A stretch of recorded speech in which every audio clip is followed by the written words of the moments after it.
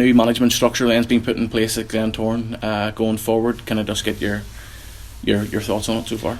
That's surreal. Probably, it's happened all very quickly.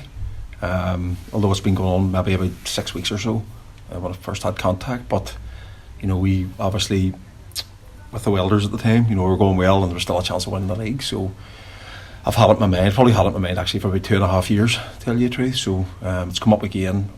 I've been away sort of the last 2 or 3 weekends, so I've plenty of time to think about it. And fingers crossed, this is the right decision at the right time. And I suppose you touched on it there about having the conversation about 2.5 years ago. What's changed then compared to now? I don't know. At the time, I just thought I was probably in management 2.5 years with the Welders. I've now got 5 years under my belt, and I've learned a lot. In the extra 2.5 years.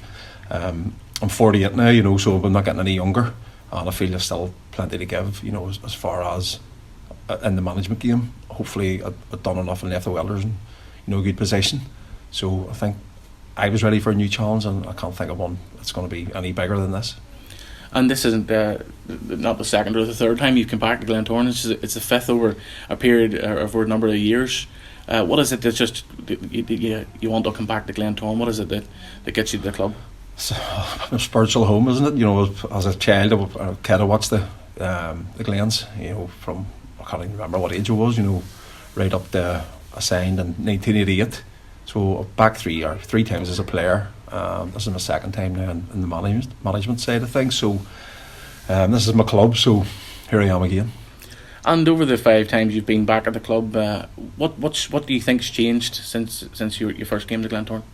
Well, obviously everyone's the same, as far as walking in through the doors, but even thinking back to the last time I won the league here. Well, I won the league was 2003. You're thinking, in my mind it wasn't that long ago, but you look at the team then, and we won the league easy. Weeks before the season ended.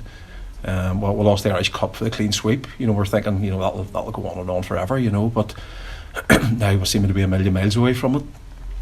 It's up to us now to try and get the club back on a level playing field. Obviously, get a bit of stability and build from that. And you've signed a 3-year contract yourself and Paul. Mm-hmm. For the first year until the licence process is completed. You're going to be coming in working under Ronnie. You've obviously been a player playing against Ronnie's sides over the years. What do you think you'll learn from Ronnie McFall? Oh, well, I've known Ronnie, my whole career, right through Glentoran, Glenavon, until I finished at Crusaders. Ronnie was manager of Portadown, so he had great sides there, and obviously with the rivalry between Glentoran and Portadown, and then Glenavon and Portadown, we had a lot of very intense games, to say the least. But I've always got on well with Ronnie. He tried to sign me on a couple of occasions. And both times I turned him down to come to Glentoran. So no, nothing but respect for him. Definitely will help us. I had a chat with him yesterday, so he's quite happy for me to have my input. So fingers crossed that's a well stay. And then going forward after the next year or so, yourself and Paul will take over the reins, yourself being manager. What was it about Paul? Perry's had a partnership at the back. What's the partnership going to be like in the dugout going forward? Well, he's a Glentoran man through and through. I think everybody knows that. He's, I would say, still very fresh in the minds of most Glen men. Even probably the younger ones. He's a winner. I play beside him. Even in training games now, or two of us play for the Legends. He's his will to win and his fight, is second to none. So to have that beside us on the bench, you can't buy that. And regarding the player personnel, have you got a chance to watch many Glentoran games over the last year or so? I haven't, no, because of Saturday matches and stuff. Obviously, I have a lot of friends and a lot of mates would go every Saturday. So you're hearing stories back. As I said in the changing room there, it used to be the time when Glentoran lost 2 in a row was catastrophe, and there's head scratching. The sad thing is, at the minute, it seems to be the right way about it. If they win 2 in a row, it's like, rejoicing, which is so wrong, for Glentoran. As I say, it's not going to be a quick fix, not that stupid, but we need to try and get a bit of stability. Once you get the stability, stop conceding goals, you stop conceding goals, you stop losing games. So that's what we need to do. You know, we need to stop losing games, and we need to get players in. And since you've retired as a player, what do you find that the players now are slightly different in terms of how they need to be managed compared to the were like when you were playing? I would say so. You know, we even bringing, you know, at Heart, going back to the Welders, I brought Davy Rainey in. I mean, I also gave Davy Rainey a contract this year. He's 42, you know, but you can't buy what he has, not just experience, but just probably that old school mentality.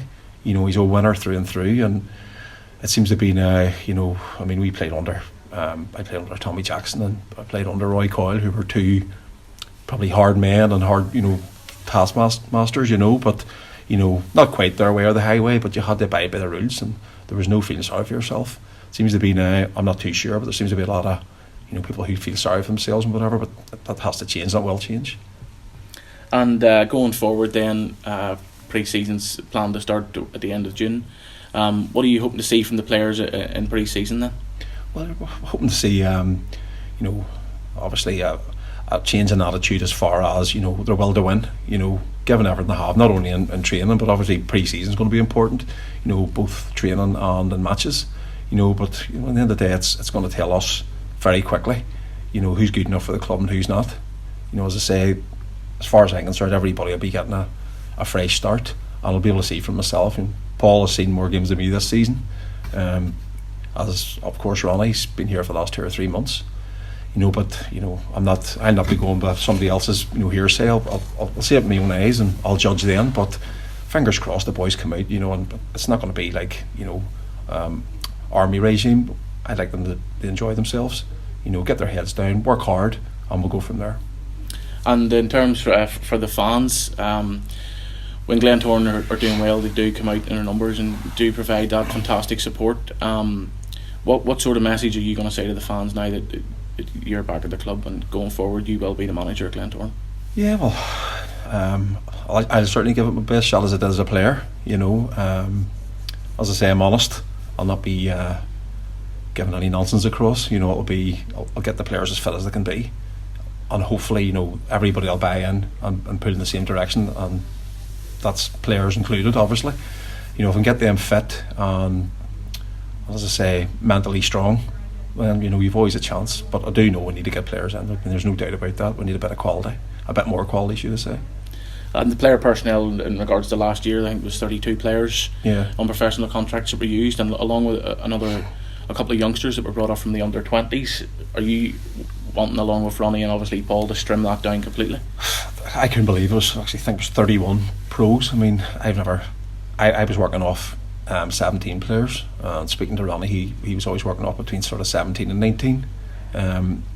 Obviously, that, you know, if you've got a good strong squad of 17 or 18 players, you know, if you do have injuries and suspensions, you know, the kids in the 20s are going to get a chance anyway.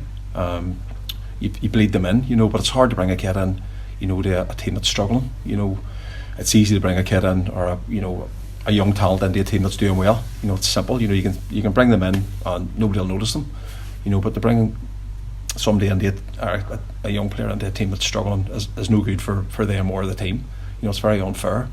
So I would say we need to trim the squad down. I would say to a minimum of maybe 20, 21 players.